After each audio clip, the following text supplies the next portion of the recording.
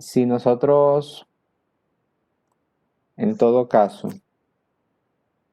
buscamos el límite, por ejemplo, cuando x y tiende a 1,2. En este caso voy a poner un ejemplo trivial solamente para modo de recordar lo que hicimos ayer.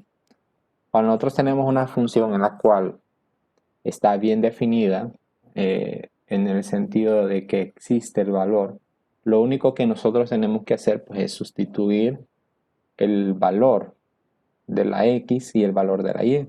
Entonces en este caso, si yo tengo el límite cuando xy se acerca a 1, 2, en la función 2x al cubo más 5y al cuadrado, entonces lo único que usted va a hacer es reemplazar pues, los valores que corresponden. 2 por 1 al cubo más 5 por 2 al cuadrado. Esto le va a dar 2 más 2 al cuadrado es 4 por 5, 20 igual a 22, ¿verdad? Entonces lo único que hacemos es sustituir. También dimos otro caso, que este caso pues está en el libro, el límite cuando xy tiende a 0, 0 de x a la 4 menos y a la 4 sobre x al cuadrado menos y al cuadrado. Si usted sustituye ceros, x0 y y0, pues le queda una forma indeterminada de 0 sobre 0. Entonces no nos conviene sustituir, obviamente no podemos sustituir de un solo. Y entonces lo que haríamos sería pues intentar pues reducir esta fracción.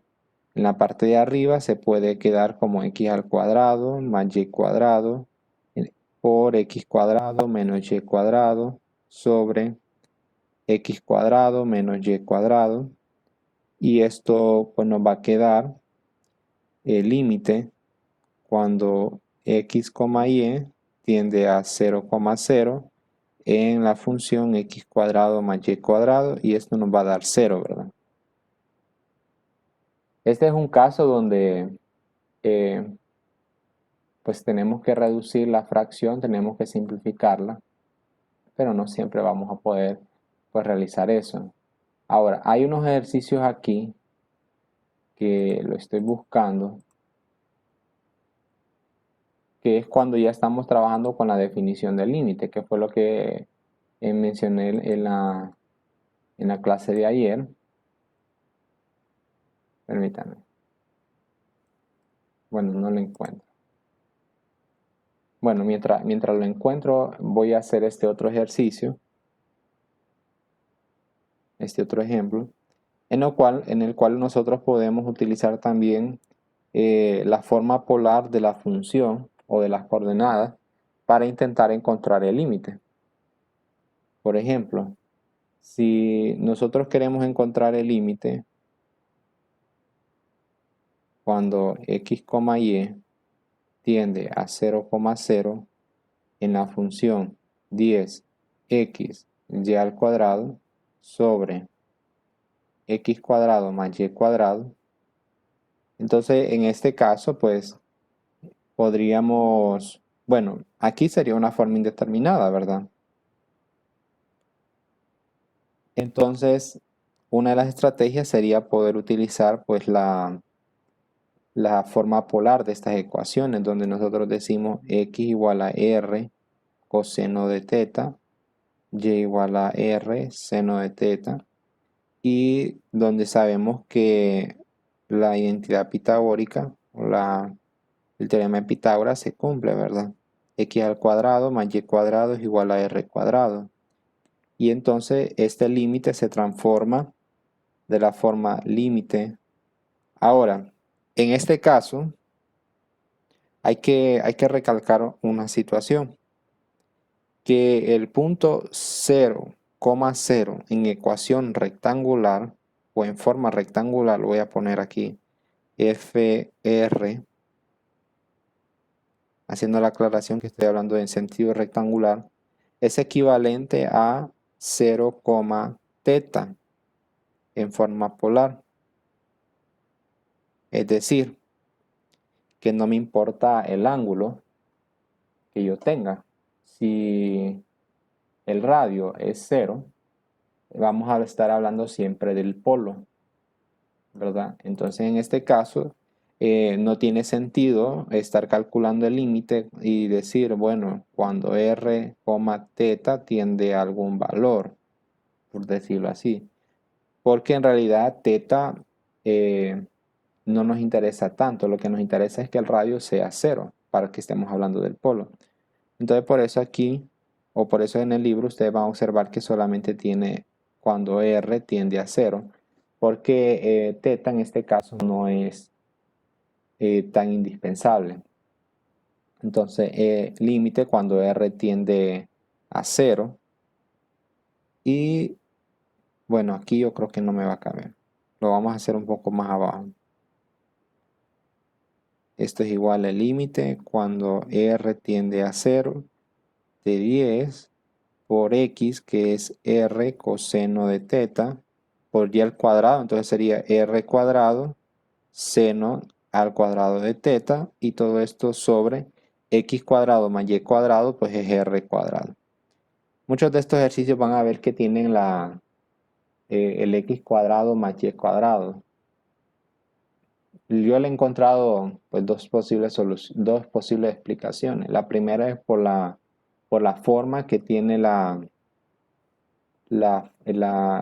fórmula de distancia cuando está centrada en el origen, que es raíz cuadrada de x cuadrado más y cuadrado. Y la otra es por lo de Pitágoras. Entonces en este caso nos quedaría el límite cuando r tiende a 0 de 10 r al cubo coseno de teta seno cuadrado de teta, todo esto sobre r cuadrado.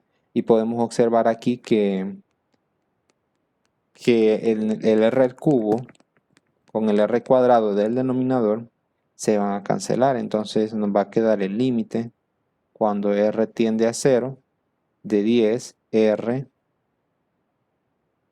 10r coseno de teta seno cuadrado de teta. Pero entonces ahora ya podemos reemplazar o sustituir el r porque no hay ningún problema. Entonces si sustituimos el r aquí, pues se nos hace todo 0. Entonces al final el límite de esta función cuando x, y tiende a 0,0 en la función que tenemos aquí arriba, entonces nos queda que ese límite es 0. Bien, entonces ahora del ejercicio que les quería comentar. Y es que no sé si ustedes se acuerdan cuando trabajamos en cálculo 1, uno decía lo siguiente. Bueno, voy a hacer esto como modo de repaso para que tomemos la idea. El límite, vamos a poner primero la función f de x, voy a colocar igual a 2x. Y entonces nos decía los problemas. Bueno, tal vez no es tan sencillo como este, ¿verdad? Verificar o demostrar que el límite cuando x tiende a 1 en la función 2x es igual a 2. Y le decían demostrar.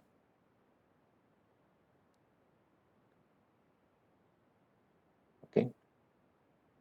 Entonces, ¿qué era lo que usted hacía? Pues tenía que buscar una relación entre el epsilon y el delta.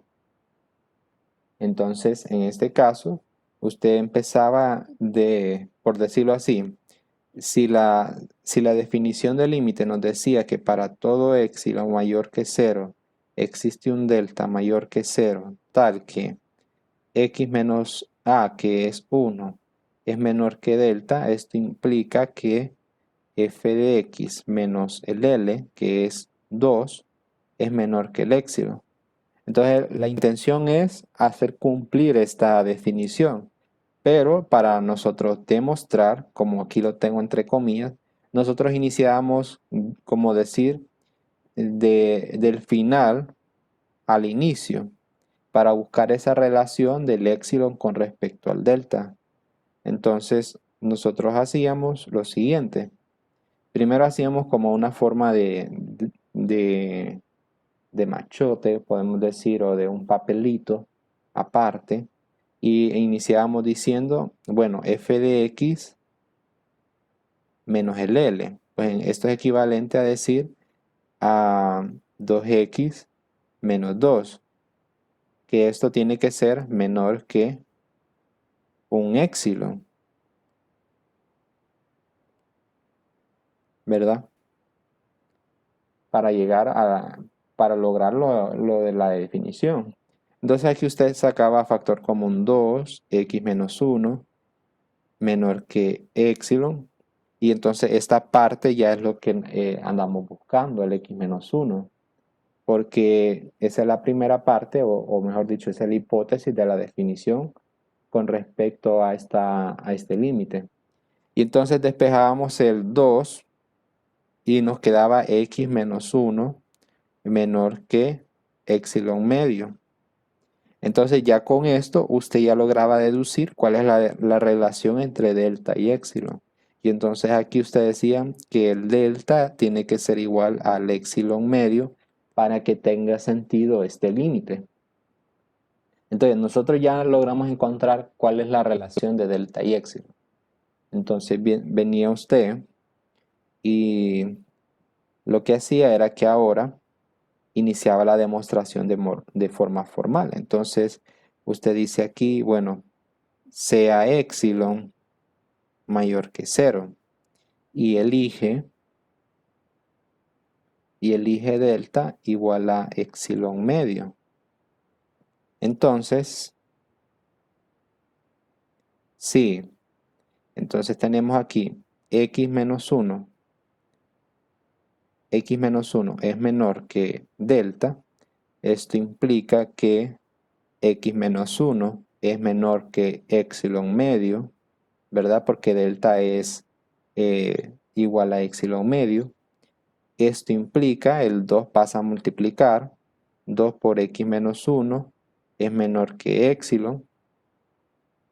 Luego voy a tratar de terminarlo aquí, que se mire un poco abultado. Luego aquí me quedaría 2x, distribuyendo el 2 en cada parte que tenemos dentro del valor absoluto. 2x menos 2 es menor que épsilon, pero el 2x es f de x. Entonces, f de x es menor que 2, menor que épsilon. Y con eso, pues, quedaba demostrado nuestro límite, ¿verdad? Entonces, ya con esto lográbamos demostrar que en efecto el límite cuando x tiende a 1 en la función 2x es igual a 2. Pues esto que acabamos de hacer, pues vamos a traerlo a las funciones en dos variables, algo parecido. Solamente que con estos ejercicios pues voy a tratar de ser muy cuidadoso porque hay muchos ejercicios pues que son muy complicados para estar deduciendo cuál es esa relación de epsilon delta. Tendríamos que pues dominar muchas cosas. Entonces con respecto a este tipo de ejercicios pues vamos a tratar de ser lo más cuidadosos posible. Pero vamos entonces con un ejemplo. Ahora con funciones de dos variables.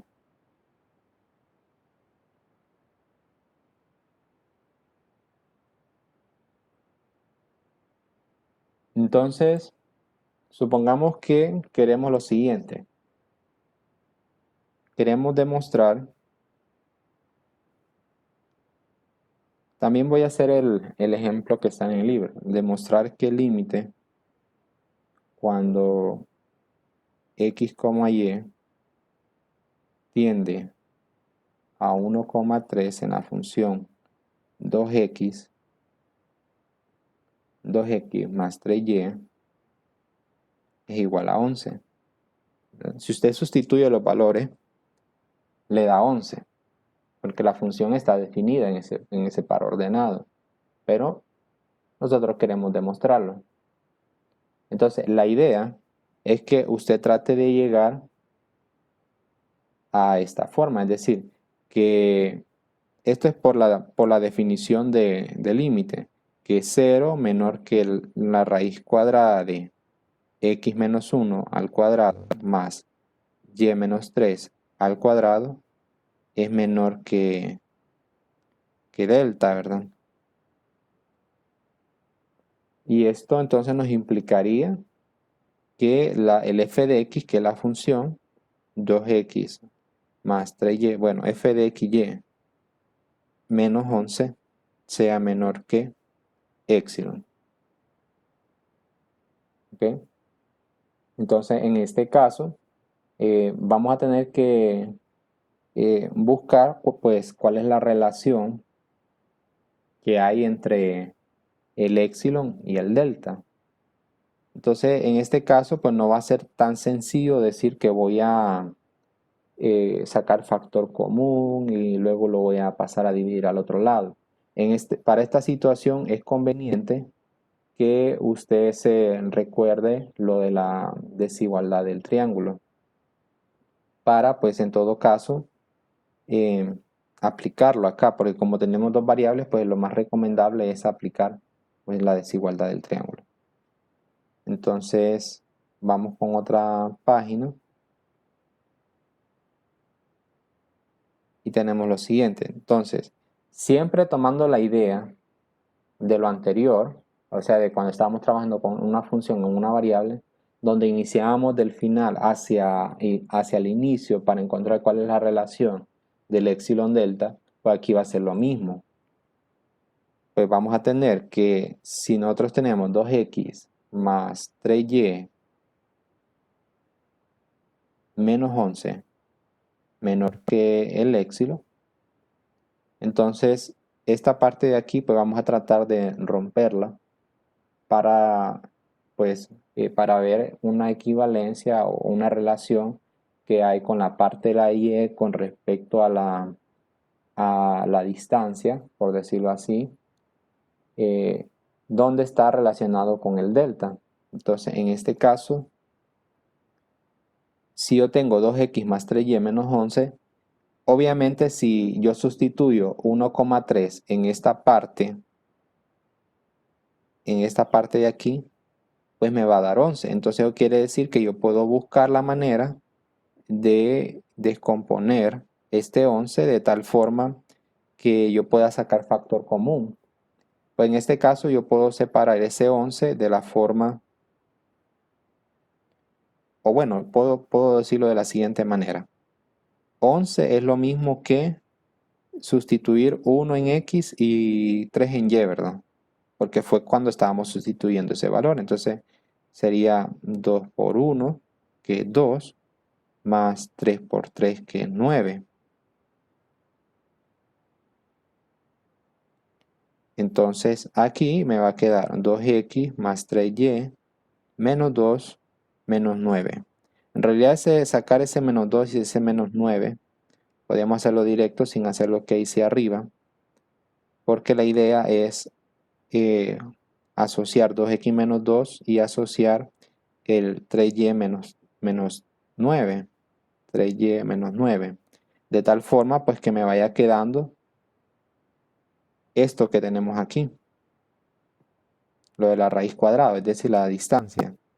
Entonces esto me va a quedar 2 por x menos 1 más 3 por y menos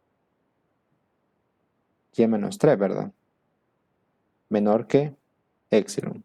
Entonces ahora aquí viene la parte, bueno, yo no sé por qué les he estado poniendo el epsilon aquí a todo esto. Esto no lo necesito. Solo tengo el igual. Entonces, esto último que acabo de colocar,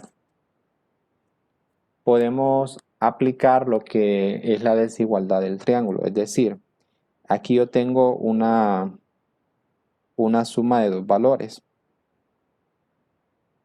Entonces es lo mismo que yo venga y diga que esto es menor o igual a 2x menos 1 con el valor absoluto más el valor absoluto de 3y menos 3 valor absoluto. Es decir, la desigualdad del triángulo prácticamente me dice que si yo tengo el valor absoluto de a más b, esto es menor o igual al valor absoluto de a más el valor absoluto de b. Eso es lo que me dice la desigualdad del triángulo. Entonces lo que estamos haciendo aquí. Entonces, si yo tengo el valor absoluto de 2x menos 1 más 3y menos 3, entonces esto es menor o igual al valor absoluto solamente de 2x menos 1 más el valor absoluto de 3y menos 3. Pero esto último que yo tengo acá es lo mismo que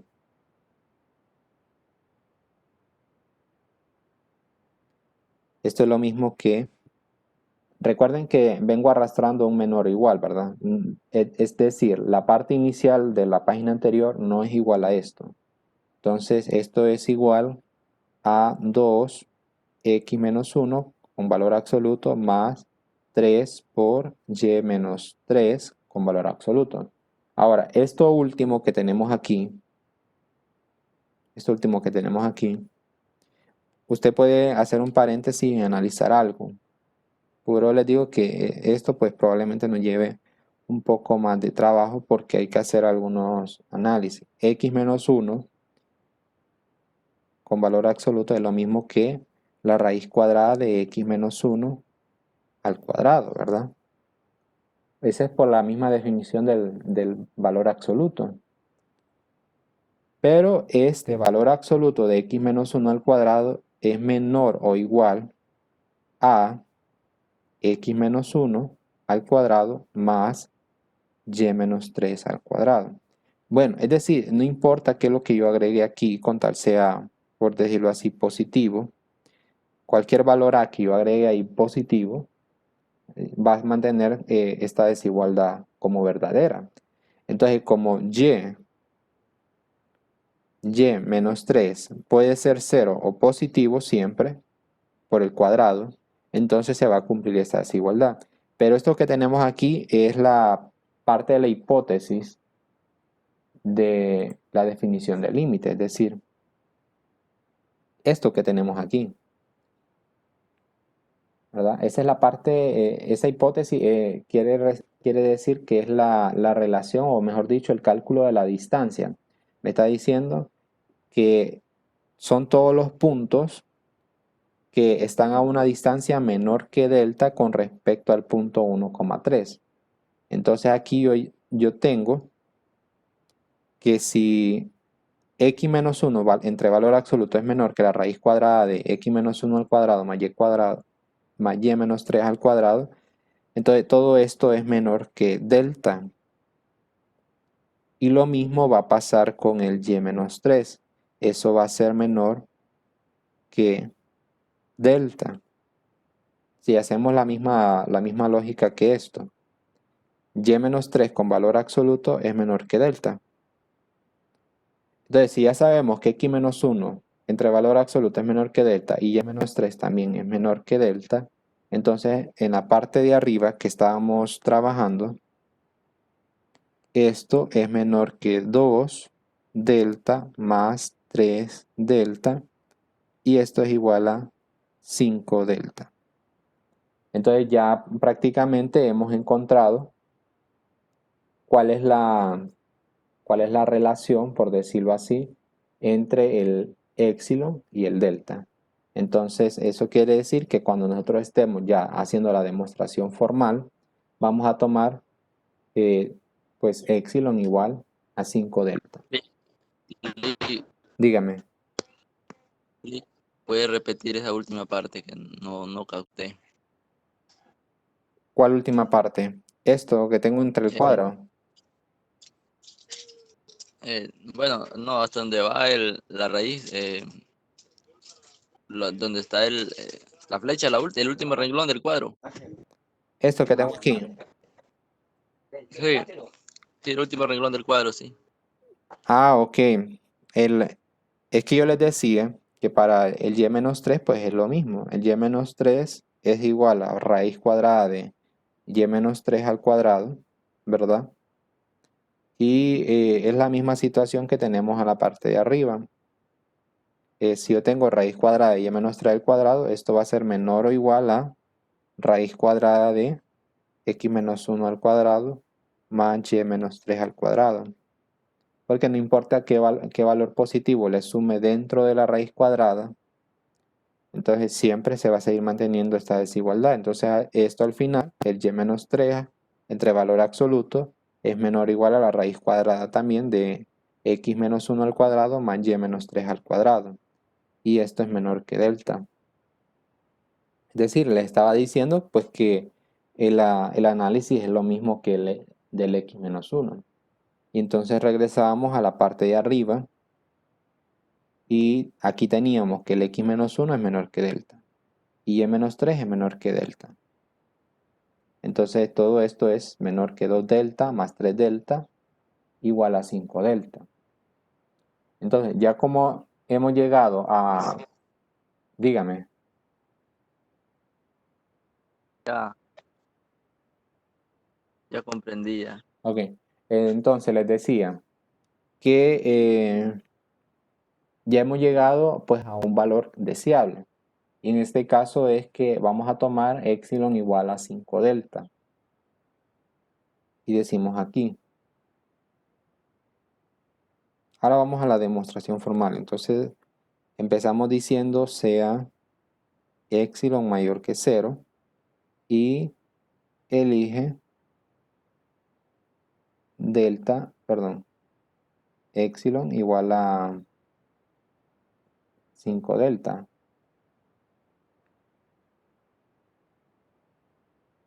¿Ok? O mejor dicho, o podemos decir delta igual a epsilon sobre 5. Digo epsilon sobre 5, o sea, delta igual a epsilon sobre 5 porque vamos a iniciar a partir de la, pues del cálculo o de la distancia, es decir, de la hipótesis de esta definición. Y entonces ya con esto nosotros empezamos diciendo, bueno, si 0 es menor que la raíz cuadrada de x menos 1 al cuadrado más y menos 3 al cuadrado, y esto es menor que delta, entonces, pues entonces, ¿qué va a pasar aquí al final? Pues recordemos que esto, tomando el análisis que hicimos de la parte de la parte anterior, esta distancia es mayor o igual que el x menos 1, ¿verdad? Entonces aquí podemos decir que el x menos 1 es menor que delta y el y menos 3 también es menor que delta.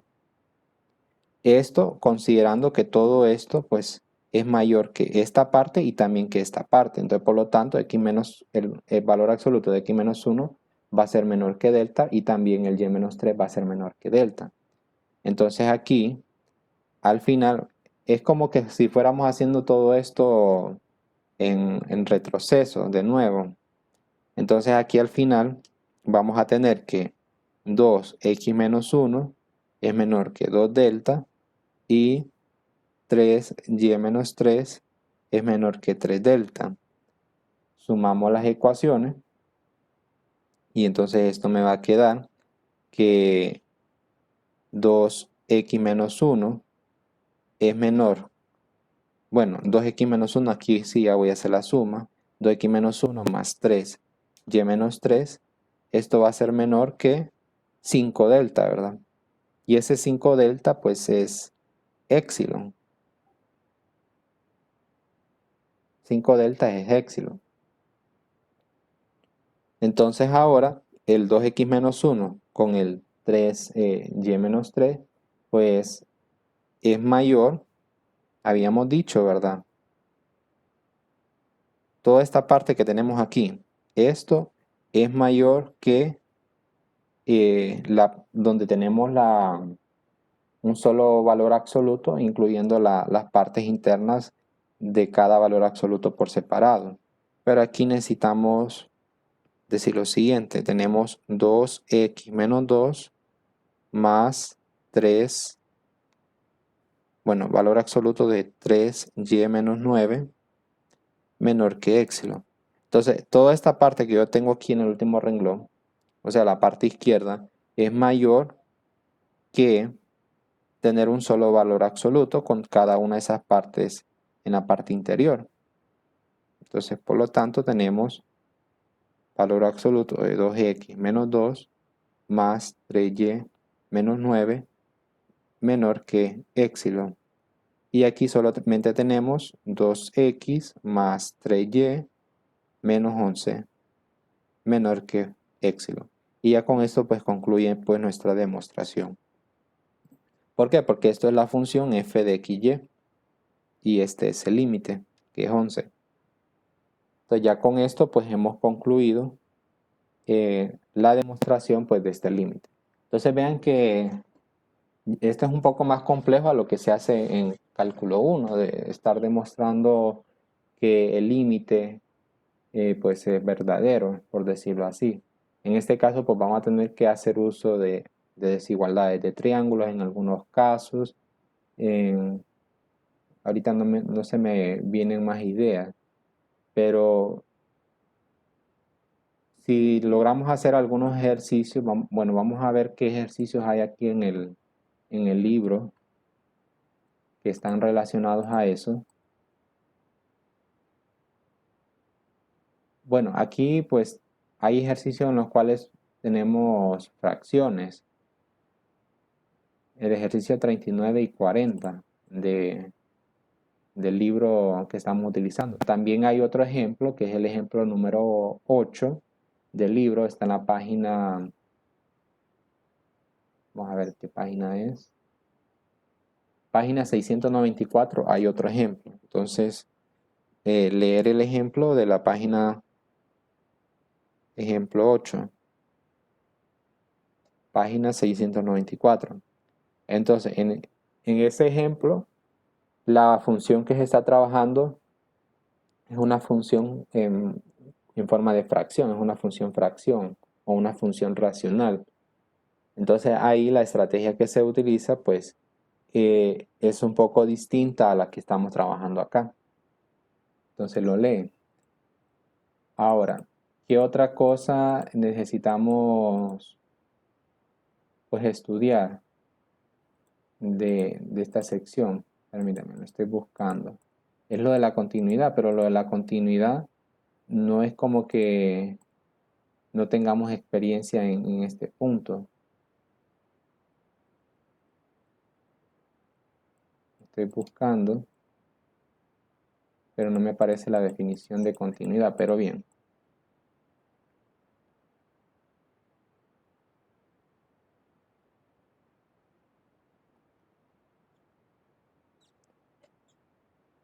No aparece la definición, o al menos yo no la encuentro, de continuidad en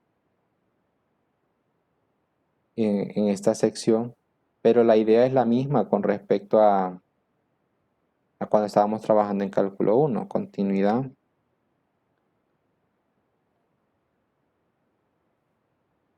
en funciones de dos variables.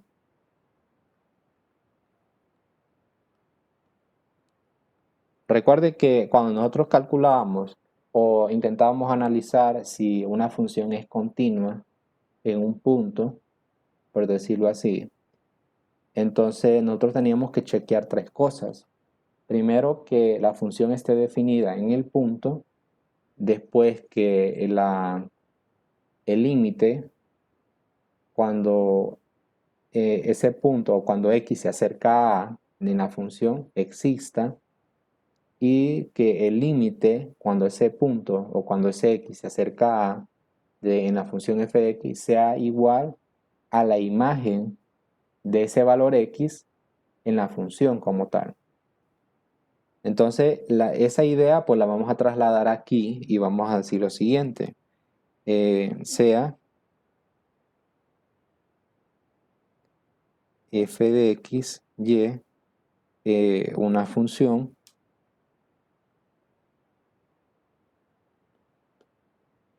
¿verdad? Sea f de x una función, porque si no es una función, pues no tendría sentido. Recordemos que no toda ecuación que tenga varias variables, por decirlo así, va a representar una función. Podemos encontrar, por ejemplo, la ecuación de un círculo x² más y² igual a 4, por ejemplo. Eso me define un círculo, pero recordemos que un círculo no representa una función. ¿Por qué? Porque si nosotros trazamos eh, o mejor dicho, nosotros aplicamos la prueba de la recta vertical, pues esa recta vertical pues va a trazar o va a tocar dos puntos en el círculo. Por lo tanto, esa ecuación no es una función. Lo mismo pasa en tercera dimensión. Si usted traza una recta vertical que es paralela al eje de la z y toca más de un punto, es decir, toca dos o más puntos, entonces esa ecuación ya no es una función, solamente es una relación. Por ejemplo, tomando el mismo ejemplo del círculo, ahora en R3 sería la esfera. Si dibujamos la esfera completa y trazamos una recta que es paralela al eje de la z, entonces esa recta pues va a tocar más de un punto y por lo tanto no se vuelve una función. Sea de entonces sea f de x, y una función, entonces decimos que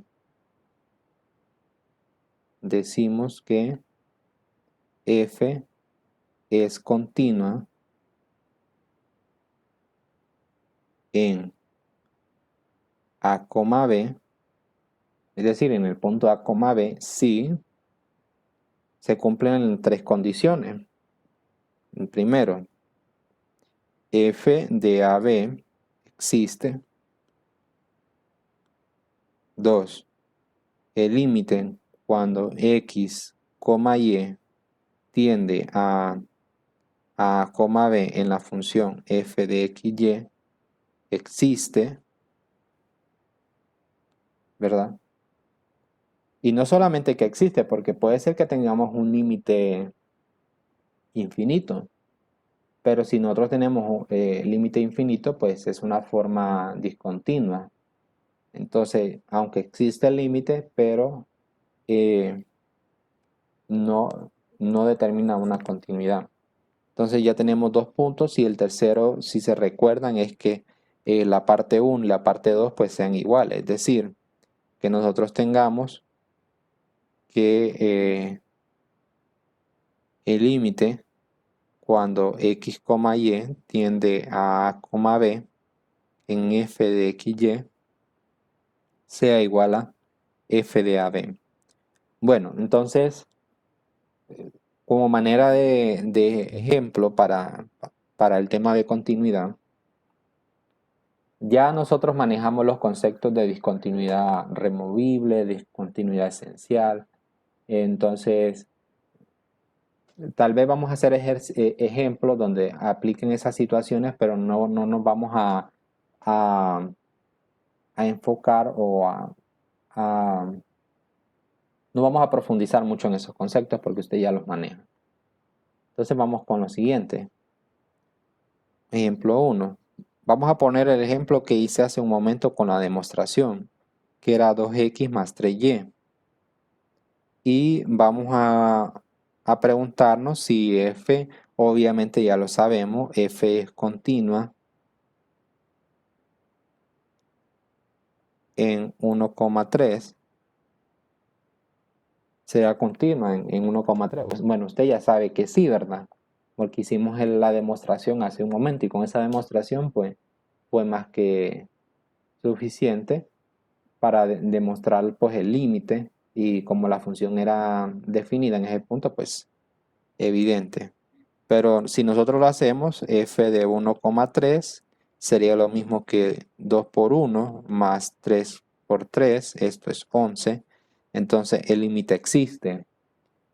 Vamos a decir que el límite existe cuando nos da un número, ¿ok? Un número real. Entonces la primera parte existe. La segunda, el límite cuando x, y tiende a 1,3 en la función 2x más 3y. En este caso, como la función está definida en este punto, pues lo único que hacemos es reemplazar el 1,3 en la función. Entonces tendríamos 2 por 1 más 3 por 3 y esto es 11.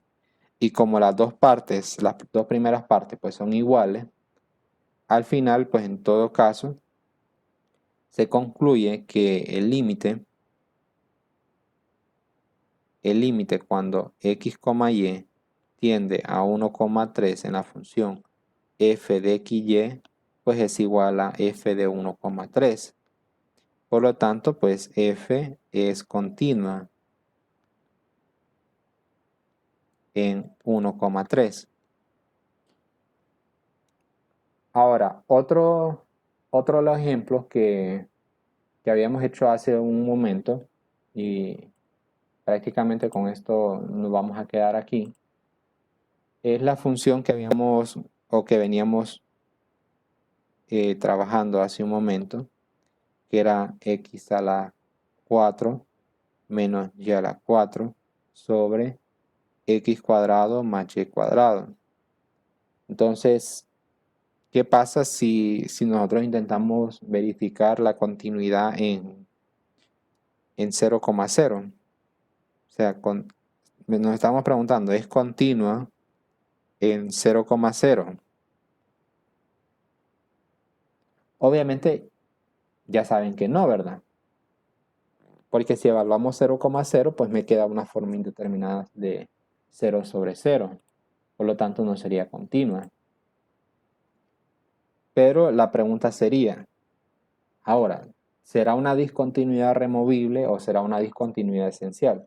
Si ustedes se acuerdan de esas definiciones, pues, bueno, de todas maneras, pues el concepto pues está muy claro. Discontinuidad removible es que nosotros podamos remover esa discontinuidad y reescribir la función de tal forma que tengamos una función ahora continua.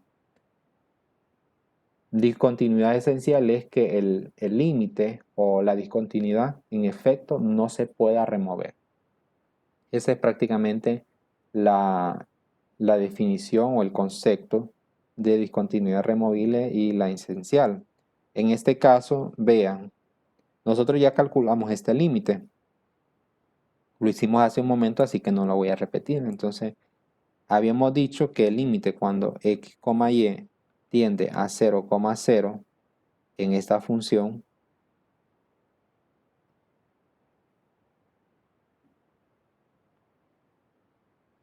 era igual a 0, ¿verdad? Solo teníamos que aplicar diferencia de cuadrados en el numerador y cancelar el denominador y se puede evaluar. Entonces me da 0. Entonces, la primera parte ya sabemos que f de 0, 0 no existe. Pero la segunda parte, es decir, el límite, sí existe. Entonces, con estas dos conclusiones, nosotros podemos decir que la discontinuidad es removible. Entonces, cuando la imagen de una función, cuando la imagen de un punto no existe en una función, pero el límite sí existe, entonces estamos hablando de una discontinuidad removible.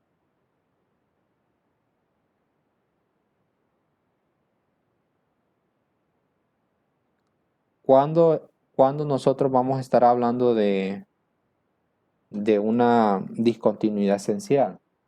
Pues cuando el límite, es decir, cuando el segundo punto no exista. Es decir, en el primer punto puede ser que existe. Puede ser. Por ejemplo, cuando es una función por partes, puede ser que exista la imagen del punto. Pero si venimos nosotros y nos estamos acercando por diferentes trayectorias y estamos evaluando el límite y logramos llegar a un resultado en el cual decimos que el límite no existe, entonces es una discontinuidad esencial. Entonces, para una discontinuidad esencial, no necesitamos saber qué está pasando en el primer paso. Necesitamos saber qué está pasando en el segundo paso. Si en el segundo paso me dice que el límite no existe, entonces es una discontinuidad esencial ya por defecto. Pero si el primer paso se cumple, que no existe, y el segundo paso se cumple, que existe, entonces es una discontinuidad removible. Entonces ahora, como ya sabemos que hay una discontinuidad removible, entonces la función, ya con esto cerramos porque ya se va a cerrar la sesión. la función que es